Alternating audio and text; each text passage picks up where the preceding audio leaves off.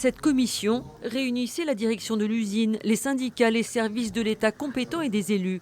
Elle avait pour objectif d'échanger sur les possibilités de valorisation du site et les projets de reprise. Les syndicats ont mis en avant l'aspect essentiel de l'usine dans le cycle du recyclage du papier en papier journal. Chapelle Darblay, c'est 300 000 tonnes de papier.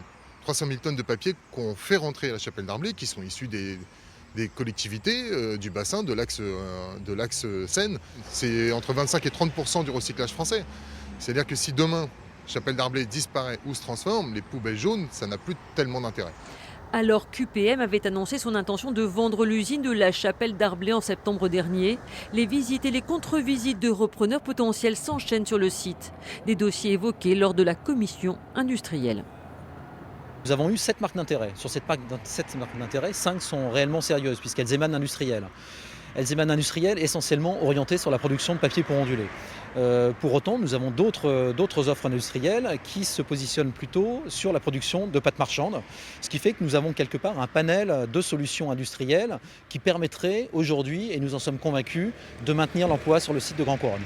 Mais le temps presse puisqu'UPM avait annoncé que le 13 janvier, faute d'offres de reprise crédibles, il lancerait le processus de fermeture de l'usine annoncé pour l'été prochain. Nous, ce qu'on souhaite et ce que le préfet visiblement souhaite également, c'est le report de cette décision à la mi-mars, ce qui nous paraîtrait une décision intéressante.